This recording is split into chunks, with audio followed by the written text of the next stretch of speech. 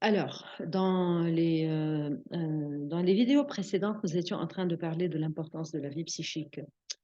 Il est clair que toute la thèse classique, et même après les classiques, euh, nous mentionnons Husserl, mais aussi Jean-Paul Sartre, qui refusent l'existence de l'inconscient en considérant que l'inconscient serait une contradiction dans les termes parce que dans tous les domaines, la conscience est première. Si je dis la conscience est première, c'est-à-dire toute l'activité psychologique de l'homme, elle est réduite à la conscience. Même s'il n'en a pas une conscience directe et immédiate, il peut en avoir conscience d'un moment à l'autre. Donc, pour la thèse classique, si l'inconscient existe, cet inconscient est physique et il n'est pas psychologique. Parce que tout ce qui se passe au niveau psychologique, l'homme peut le saisir, sauf des choses qui peuvent se passer en nous sans que nous le sachions, comme par exemple la poussée de nos cheveux, la digestion, ou bien tout ce qui est en train de se passer à l'intérieur de notre corps. Mais bien sûr, il y a plusieurs arguments qui ont été avancés par la psychologie, même classique, moderne, et même avec les travaux, en dernier lieu, les travaux de Freud, qui vont nous montrer que là, il y a plusieurs choses qui, hormis les maladies psychologiques, c'est-à-dire si nous mettons de côté tout ce qui est en rapport avec la conscience et les maladies psychologiques qui ne peuvent pas être expliquées par autre chose que l'inconscient, même dans la vie de tous les jours, l'inconscient nous joue des tours. Il est là tout le temps, dans l'amour, dans le sentiment de l'amour, dans le sentiment, par exemple, dans l'oubli, dans le rêve, dans les réflexes, dans nos habitudes. L'inconscient est toujours présent. Il n'y a pas vraiment, si chacun d'entre nous examine sa propre vie, il va trouver qu'en réalité, il y a un ensemble d'éléments dans lesquels il n'a pas toujours vraiment une compréhension totale de tout ce qui est en train de se passer. C'est pour cela que ce passage de la vie normale, psychologique normale, à la vie normale, à la vie psychologique anormale, ou bien qui présente des troubles,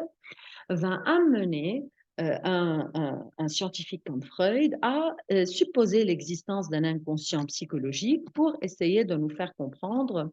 qu'on ne peut pas tout expliquer par la conscience. De toute façon, pour terminer cette critique de la conscience, nous pouvons dire que la méthode qui a été proposée par les classiques, qui est l'introspection, c'est-à-dire l'examen de nos propres états de conscience et de nos propres sentiments par nous-mêmes,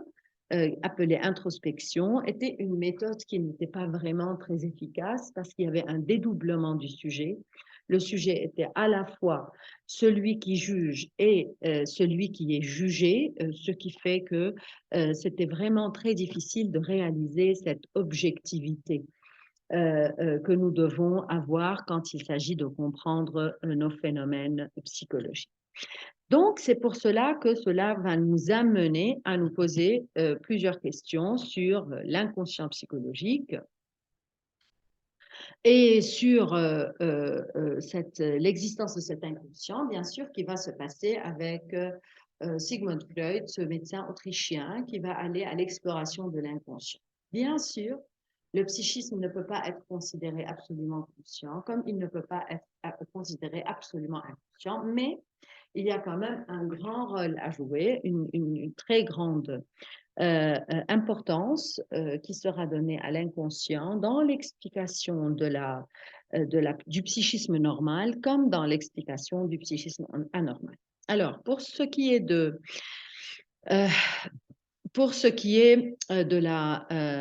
du psychisme inconscient avec Freud, nous allons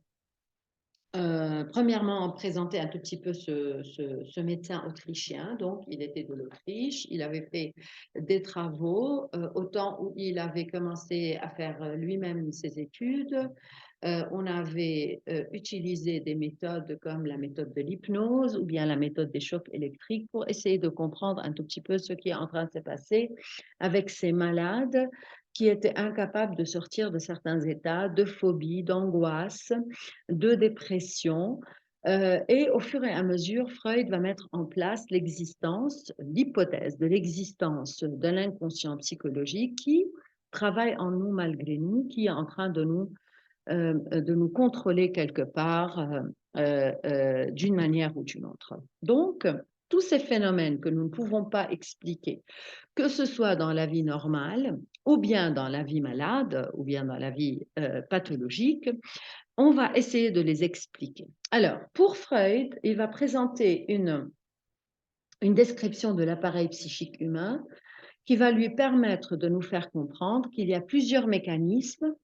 qui sont en train d'entrer en jeu dès le premier moment de notre arrivée à ce monde, dès le moment où nous sommes nés. Nous ne naissons pas avec un vide, nous naissons avec un inconscient qui sera au fur et à mesure alimenté par toute notre expérience personnelle, notre éducation, notre vie scolaire, nos rencontres, ainsi de suite. Tout va nous travailler. Donc, cette représentation de l'inconscient, ou plutôt du psychisme humain, comme étant divisé en une partie consciente et une partie inconsciente, va être vraiment beaucoup plus élaborée avec Freud parce qu'il va nous montrer que cet inconscient, ou bien ce psychisme est formé de 3 étages. Parmi ces étages, nous avons le premier à se former qui est le ça, le deuxième à se former qui est le surmoi, qui reste lui aussi inconscient et qui contient tous les interdits sociaux véhiculés par les parents et l'éducation. Et puis, le moi qui sera cette partie qui va se détacher des autres parties pour former ce qu'on appelle notre conscience. Alors, le moi serait donc victime de cette constitution conflictuelle qui va se passer entre un ça qui exige, qui désire, qui a envie de plusieurs choses, et un surmoi qui est plutôt, qui essaie autant que possible d'empêcher